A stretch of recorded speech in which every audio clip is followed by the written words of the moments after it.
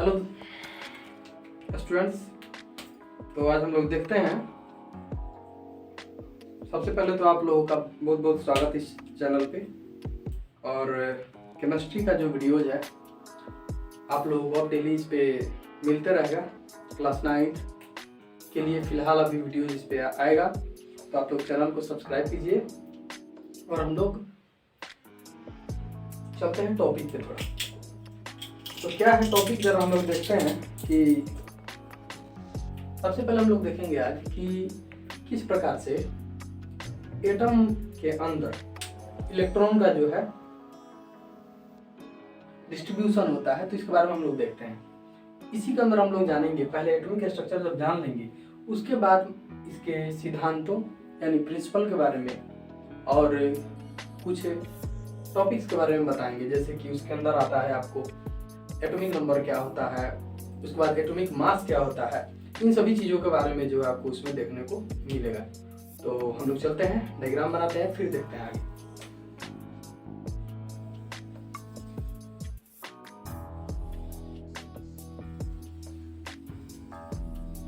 तो ये जो स्ट्रक्चर मैंने बनाया है इसको आप लोग गौर से देखिए, ठीक है।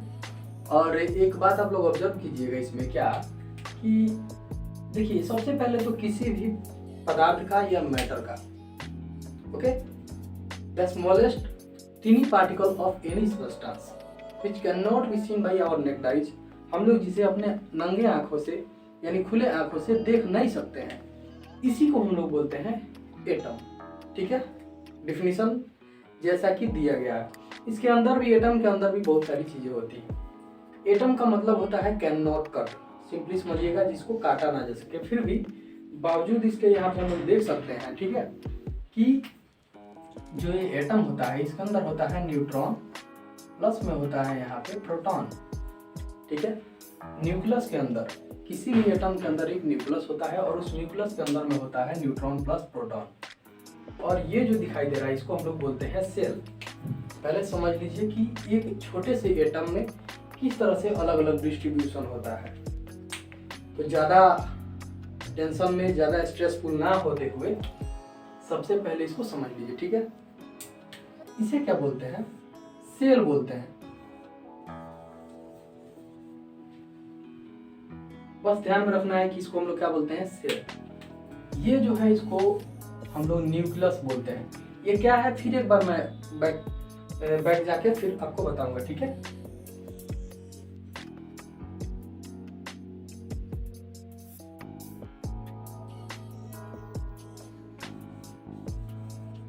ठीक है, ये है आपका न्यूक्लियस।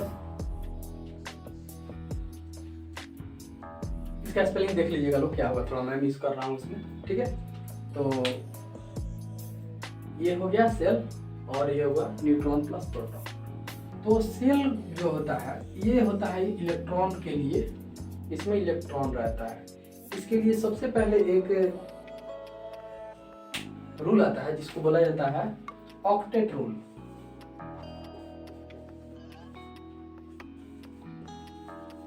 ये ध्यान में रखिएगा, ऑक्टेट रूल, ठीक है। ये क्या होता है? Octet rule. इसको हिंदी में बोलते हैं अष्टक का नियम, ठीक है। तो ऑक्टेट रूल क्या कहता है कि किसी भी सेल में, ठीक है, 8 इलेक्ट्रॉन रह सकते हैं, ठीक है। यानी कि अपने ऑक्टेट को पूरा करता है, अपने फैमिली के मेंबर्स को पूरा करता है कि 8 मेंबर रह सकते हैं। यानी कि 8 से यदि इलेक्ट्रॉन क्या होंगे, कम रह सकते हैं, लेकिन 8 से ज्यादा नहीं। तो इसके लिए एक फॉर्मूला भी आता है 2n²। ये जो बताता है टोटल नंबर ऑफ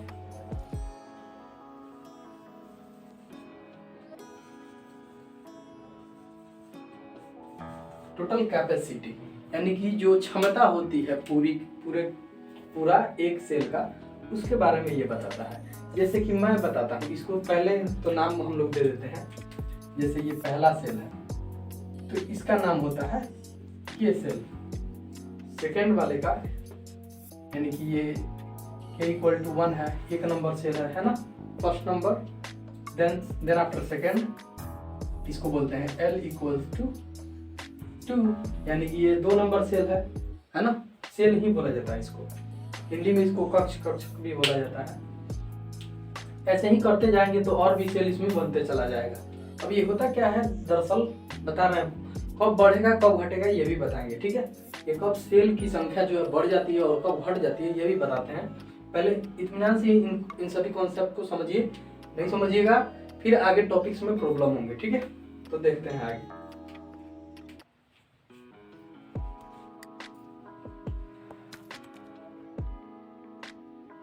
तो जैसे कि हम देखते हैं यहाँ पे, आप लोग कुछ एलिमेंट्स के नाम को तो जरूर जानते होइएगा। तो देखते हैं हम लोग। सबसे पहले मैं देखता हूँ यहाँ पे, मान लीजिए हाइड्रोजन।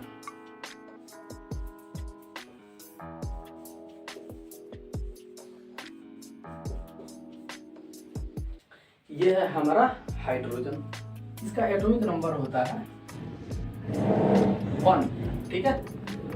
तो एटॉमिक नंबर हुआ 1, इसका मतलब ये बता रहा है कि इस एटम के अंदर में क्या है, इस एटम के अंदर में क्या है, तो एक प्रोटॉन है।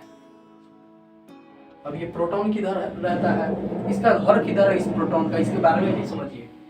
तो ये 1, तो इसका मतलब जैसे कि यहाँ पे है, और मुझसे कोई पूछे कि ये 1 जो यहाँ पे लिखा हुआ है, ठीक है, तो ये एटॉमिक नंबर जो है ये 1 मैं जो बता रहा हूँ, तो ये एटॉमिक नंबर है इसका, तो हाइड्रोजन का।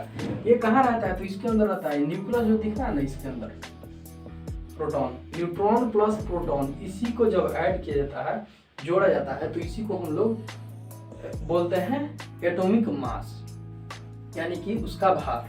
किसका, तो परमाणु भार, इसको परमाणुविक भार हिंदी में बोला जाता है, और इंग्लिश में बोला जाता है एटॉमिक वेट।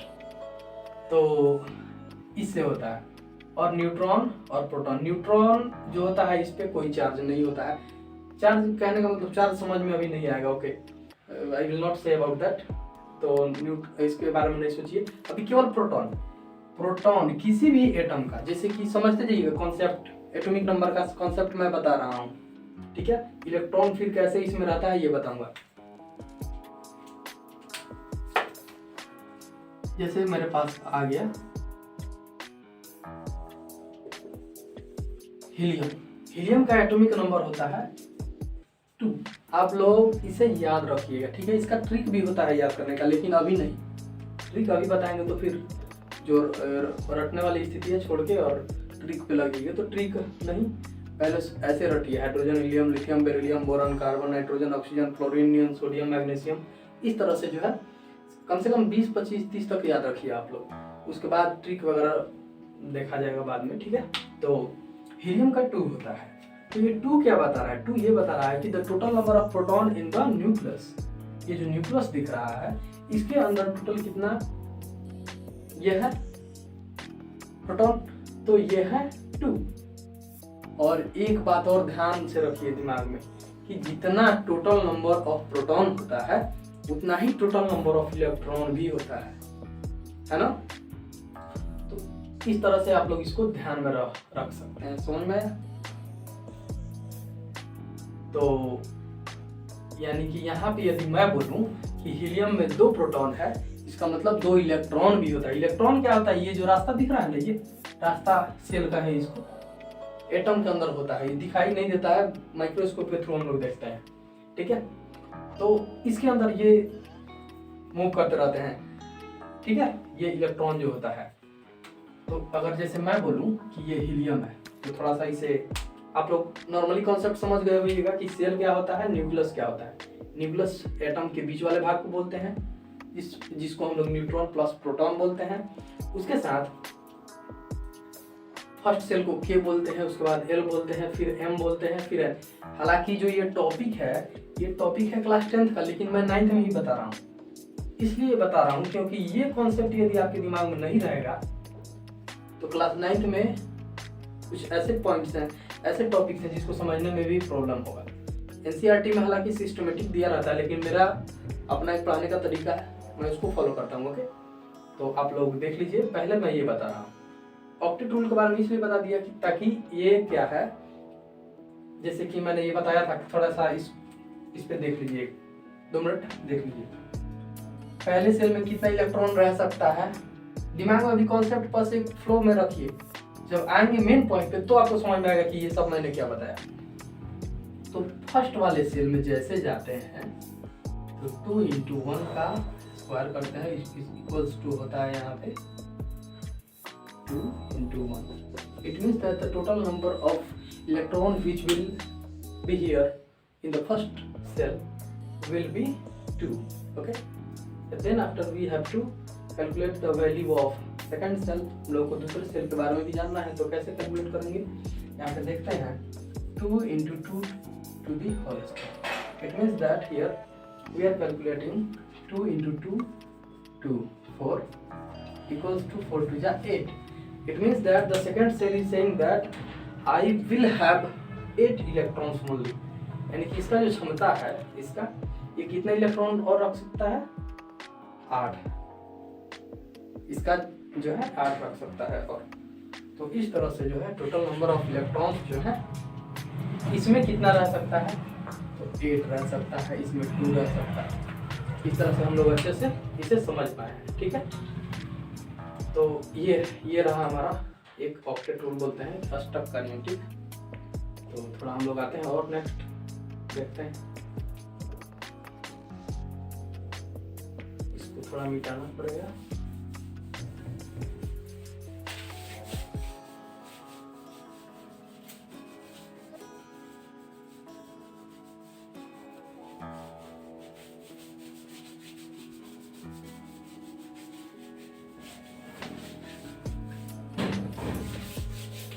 अब देखिए इलेक्ट्रॉन और प्रोटॉन को इसमें गोल गोल कैसे घुमाते हैं, उसको तब समझ में आएगा सब। ठीक है, तो देखिए हीलियम को लेते हैं।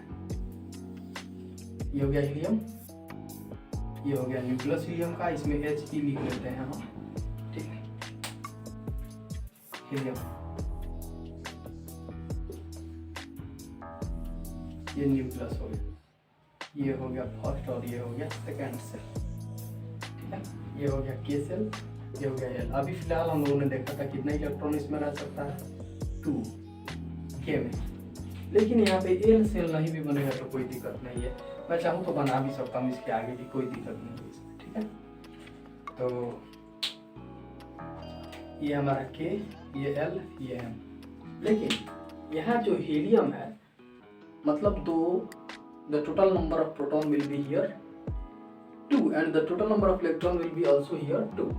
यानी कि जो दोनों नंबर इलेक्ट्रॉन्स हैं और प्रोटॉन दोनों का जो वैल्यू है वो इसमें इक्वल होता है। यानी कि एक न्यूट्रल एटम में, ठीक है, जनरली न्यूट्रल हम लोग लेते हैं यहाँ पे, तो न्यूट्रल एटम में हम लोग क्या करते हैं,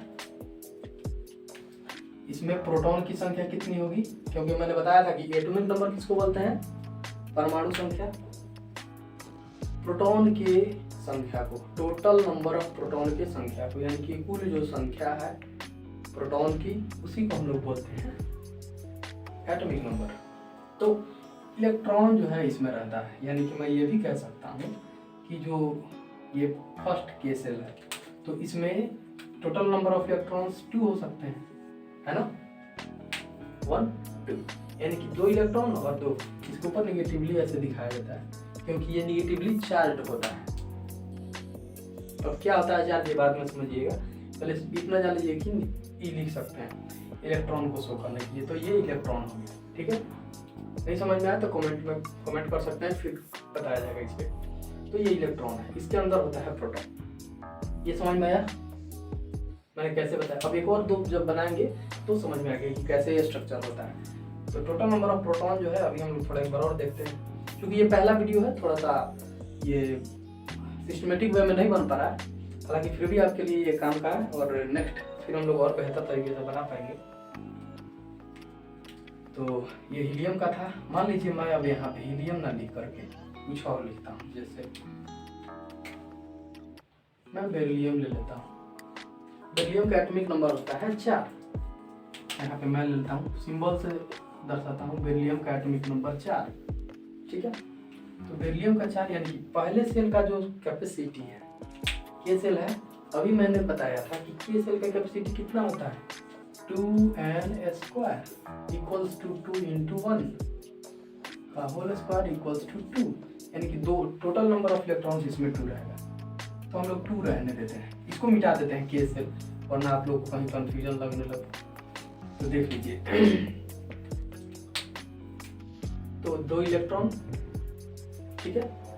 बेरिलियम का होता है 4, यानी कि 2 और इलेक्ट्रॉन चाहिए, तो वो जो 2 इलेक्ट्रॉन और है वो यहाँ से फिर इसमें डाल दीजिए। अभी दिमाग में ये लाने का कोई आवश्यकता नहीं है कि यहाँ पे काहे लिखे हैं हम, ठीक, यहाँ पे ही क्यों लिखे हैं, यहाँ पे ही क्यों लिखा है, चाहे तो इधर भी लिख दीजिए, कोई दिक्कत नहीं है। ये सेल है, इसमें इलेक्ट्रॉन हमेशा रिवॉल्व करते रहता है, तो घबराने वाली बात नहीं है, ठीक है। तो इस तरह से हम एक और एग्जांपल लेके बताते हैं बेरिलियम के अलावा कार्बन या ऑक्सीजन का। तो मान लीजिए यहाँ पे मैं लेता हूँ यहाँ पे कार्बन, तो कार्बन का 2 हो गया। कार्बन का एटॉमिक नंबर होता है कितना, C6। कार्बन का एटॉमिक नंबर होता है C6। तो C6 जब होता है तो यहाँ पे हम लोग क्या कर सकते हैं, 2 तो ऑलरेडी इलेक्ट्रॉन है, 1 2, यानी कि टोटल नंबर ऑफ इलेक्ट्रॉन जो है कितने हैं, 4। इसका होता है 8, लेकिन अभी कम से कम कितना इसके अंदर है, 2, यानी कि 2 इलेक्ट्रॉन और अगर इसमें हम लोग डाल दें कार्बन वाले में, तो ये कितना हो जाएगा, 4 और 2 6, 4 और 2 6, यानी कि the total number of electron will be here 6 and the atomic number of the carbon is here 6. So we can say that carbon has, और मैं ये carbon has 2 4 6 carbon has, carbon के पास क्या है, और कोई बोले तो कि 6 इलेक्ट्रॉन है, ठीक है, और प्रोटॉन भी कितना है, 6 proton. Carbon has 6 proton. Thus we can say that in each and every atom of an element, equal number of proton and carbon, equal number of proton and electron is present. Okay. Now we are coming on the topic atomic number and atomic mass. इतना से समझ में आ गया होगा, ये normal एक आप लोगों के लिए था। अब इसमें मैं बताने जा रहा हूँ, जरा देखिएगा कि कैसे हम लोग एटॉमिक नंबर किसे कहते हैं, और इस पे सिद्धांत जो दिया गया है बड़े बड़े वैज्ञानिकों के द्वारा, तो इसे हम लोग जो है थोड़ा देखेंगे बाद में।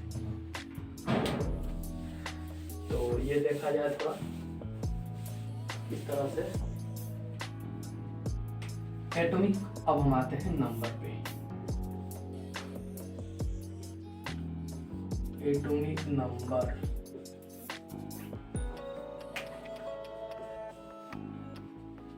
एटॉमिक नंबर जो है वो क्या होता है, तो एटॉमिक नंबर क्या होता है, ठीक है। तो मैं एक डिफिनेशन लिखता हूँ, याद कर लीजिएगा। The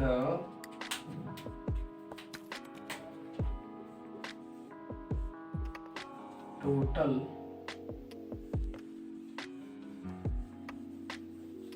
number of protons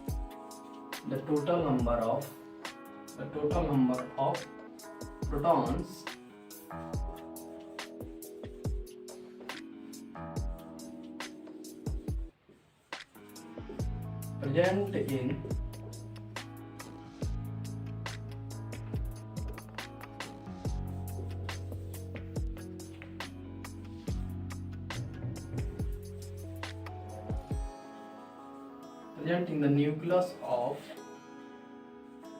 an atom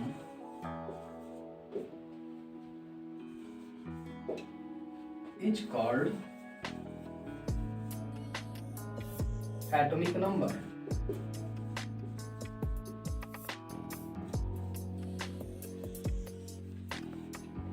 तो ये आप लोगों को समझ में आ चुका होगा। एटॉमिक नंबर किसको बोलते हैं,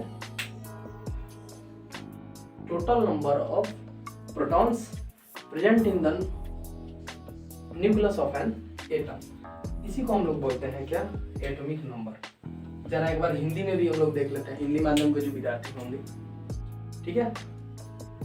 प्रोटॉन्स की वह संख्या, ठीक है, प्रोटॉन्स की वह संख्या जो किसी परमाणु के नाभिक में रहती है, उसी को हम लोग क्या बोलते हैं, परमाणु संख्या बोलते हैं, एटॉमिक नंबर यानी कि परमाणु संख्या, इसको परमाणु संख्या बोलते हैं, परमाणु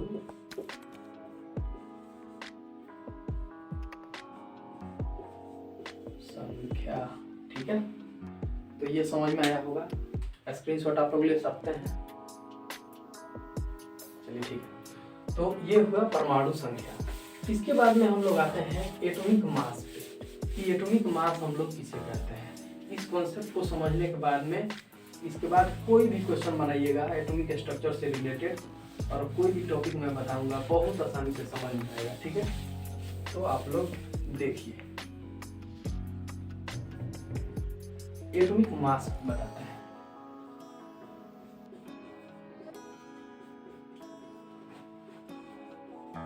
इस पर न्यूमेरिकल्स भी बनवाएंगे, ठीक है, ताकि और बेहतर कॉन्सेप्ट हो सके आप लोगों का। इसको बोलते हैं परमाणु भार।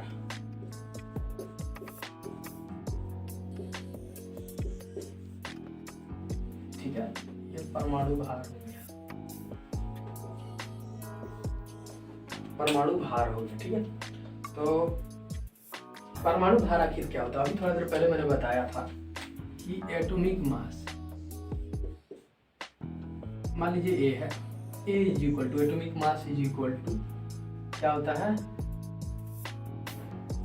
n plus p, n plus p. ये फॉर्मूला याद रखिए, ट्रिक क्या है, फॉर्मूला है, कोई ट्रिक वगैरह नहीं है। तो यानी कि n यहाँ पे क्या हो गया, ये हो गया ये हो गया नंबर ऑफ न्यूट्रॉन्स, न्यूट्रॉन्स की संख्या, नंबर ऑफ न्यूट्रॉन्स, और ये हो गया प्रोटॉन्स, प्रोटॉन्स की संख्या, नंबर ऑफ प्रोटॉन्स। ठीक है, नंबर ऑफ प्रोटॉन्स।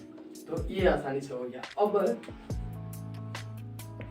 किस तरह से हम लोग एटॉमिक नंबर निकालते हैं और एटॉमिक मास निकालते हैं, इसका भी तरीका होता है इसमें। तो इस कॉन्सेप्ट को आप लोग समझ गए होंगे कि एटॉमिक मास क्या होता है और एटॉमिक नंबर क्या होता है। यहाँ तक मेरा जो काम था बताना था, और इसके बाद में हम लोग न्यूमेरिकल्स वगैरह इस पे देखेंगे। ठीक है, कि किस प्रकार से, थोड़ा सा एक झलक हम लोग देख ही लेते हैं।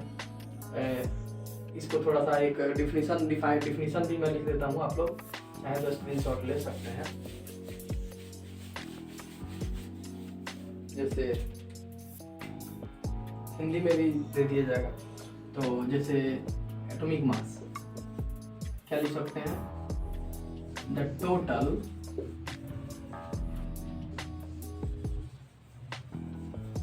Number of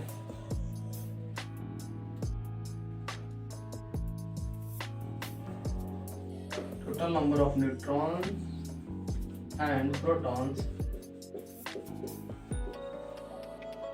present in